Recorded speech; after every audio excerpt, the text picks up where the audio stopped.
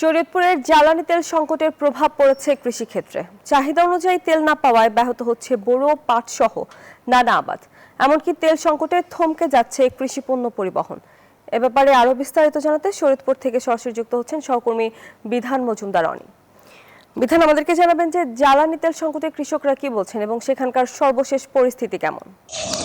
দেখুন তমা, জ্বালানি তেলের যে পরিস্থিতি শরীয়তপুরে সেটি কিন্তু আসলে একরকম তীব্র আকার ধারণ করছে। কেননা যেহেতু বোরো মৌসুম চলমান, সেই বোরো মৌসুমে কিন্তু যতটুকু তাদের জ্বালানি তেল প্রয়োজন সেটুকু কিন্তু তারা সেভাবে কিন্তু পাচ্ছে না। এতে করে দেখা যায় যেহেতু এখন ধান প্রায় আসবে বা ফলন ধরছে, এই অবস্থায় কিন্তু দেখা যায় যে মাঠগুলো কিন্তু এক প্রকার শুকিয়ে যাচ্ছে। পাশাপাশি কিন্তু যে শরীয়তপুরে যে পাটের মৌসুম চলমান, সেই পাট মৌসুমে কিন্তু চাষিরা কিন্তু ডিজেল অভাবে তারা কিন্তু পাটের জমিতে তারা পানি দিতে পারছে না। এতে করে কিন্তু পাট আবাদও কিন্তু ব্যাহত হচ্ছে। পাশাপাশি আমরা কৃষকদের সাথে কথা বলেছি, কৃষকরা যেমনটি বলছিলেন যে যেহেতু এখন রসুন পেঁয়াজ উঠেছে সেগুলো কিন্তু পরিবহন করতে হচ্ছে।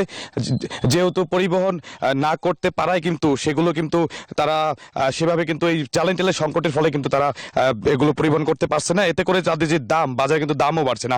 আমরা সবশেষ কথা বলেছিলাম কৃষি বিভাগের সাথে। কৃষি বিভাগ যেমনটি বলছেন, এই চলতি মৌসুমে কিন্তু বোরো ধানের যে লক্ষ্যমাত্রা সেটি কিন্তু অর্জিত হয়েছে, তবে তেল সংকটে কিছু কিন্তু থমকে গিয়েছে। তো সেক্ষেত্রে বলছে যে তেলের পরিস্থিতি যতদিন পর্যন্ত স্বাভাবিক না হয় সেক্ষেত্রে কিন্তু কৃষিতে একটা বিরূপ প্রভাব পড়বে। এতে করে কৃষকটা কিন্তু অনেকাংশে ক্ষতিগ্রস্ত হয়। সেক্ষেত্রে তারা চাচ্ছে অতি দ্রুত এই যে তেলের যে সংকট সেটি কিন্তু সঠিকভাবে সরবরাহের দাবি তারা জানিয়েছেন। তো এই ছিল শরীয়তপুর থেকে সর্বশেষ তথ্য। তমা, বিধান, ধন্যবাদ আপনাকে।